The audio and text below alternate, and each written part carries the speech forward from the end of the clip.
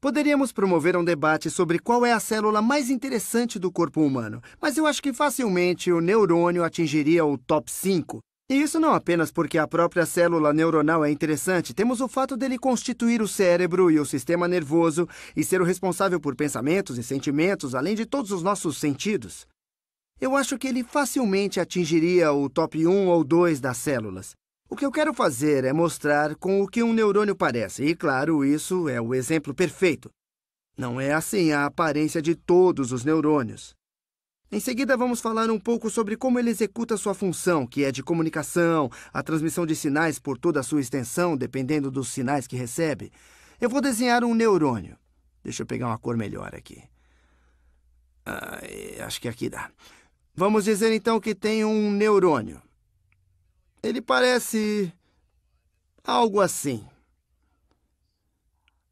No meio, você tem a soma, ou corpo celular.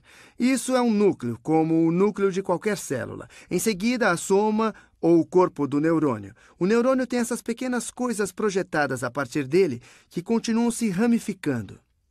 Talvez se pareça com algo assim. Eu não quero gastar muito tempo desenhando o neurônio, mas você provavelmente já viu desenhos como esse antes.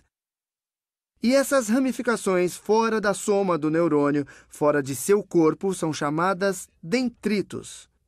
Dendritos. Podem continuar a separação assim.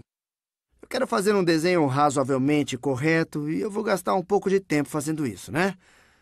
Então, essas coisas aqui são os dendritos. Eles tendem a receber estímulos nervosos. Mas nada é para sempre no caso da biologia. Às vezes, diferentes partes de diferentes células executam outras funções, mas os dendritos são por onde o neurônio recebe o seu sinal. E vamos falar mais sobre o que isso significa, receber e transmitir um sinal. Falaremos disso nesse vídeo e provavelmente nos próximos. Aqui é onde ele recebe o sinal. Então, esse é o dendrito. Isso aqui é o soma. Soma significa corpo. Este é o corpo do neurônio.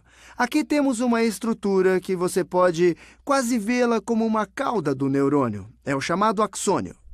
Axônio. Um neurônio pode ser uma célula de tamanho normal, embora tenha um enorme alcance, pois os axônios podem ser muito longos. Podem também ser curtos. Às vezes, no cérebro, você pode ter axônios muito pequenos, mas pode ter axônios que descem para a coluna vertebral ou que vão ao longo de um dos seus membros.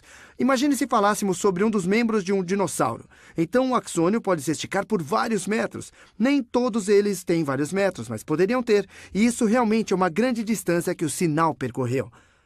Então, vou desenhar o axônio. O axônio se parece com algo assim.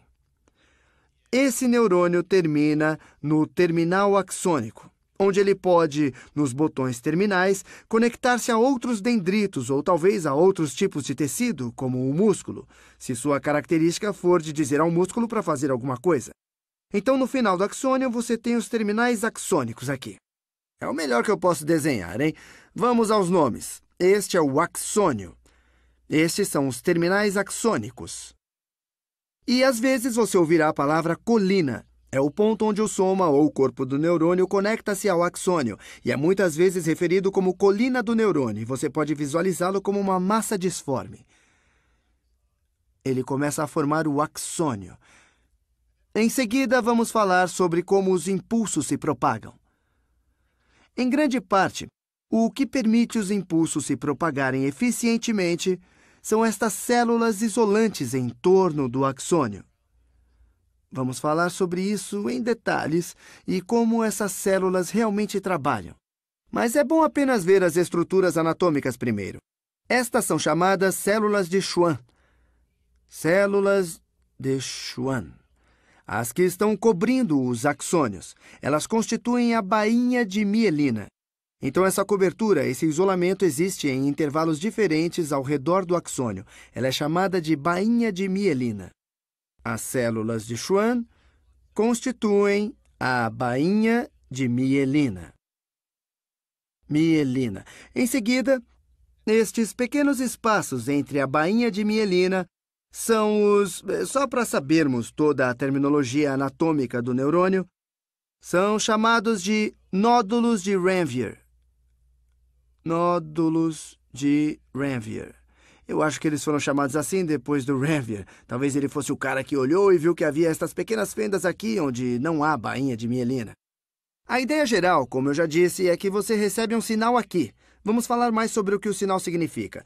E após receber esse sinal, na verdade os sinais podem ser somados e assim você pode ter um pequeno sinal aqui, outro sinal aqui e então talvez você irá ter um sinal maior lá e os efeitos combinados destes sinais ficam resumidos e eles se propagam para a colina e se eles estão longos o bastante vão desencadear um potencial de ação no axônio, que irá causar a propagação do sinal até o equilíbrio do axônio. E então aqui ele pode ser conectado por meio de sinapses para outros dendritos ou músculos.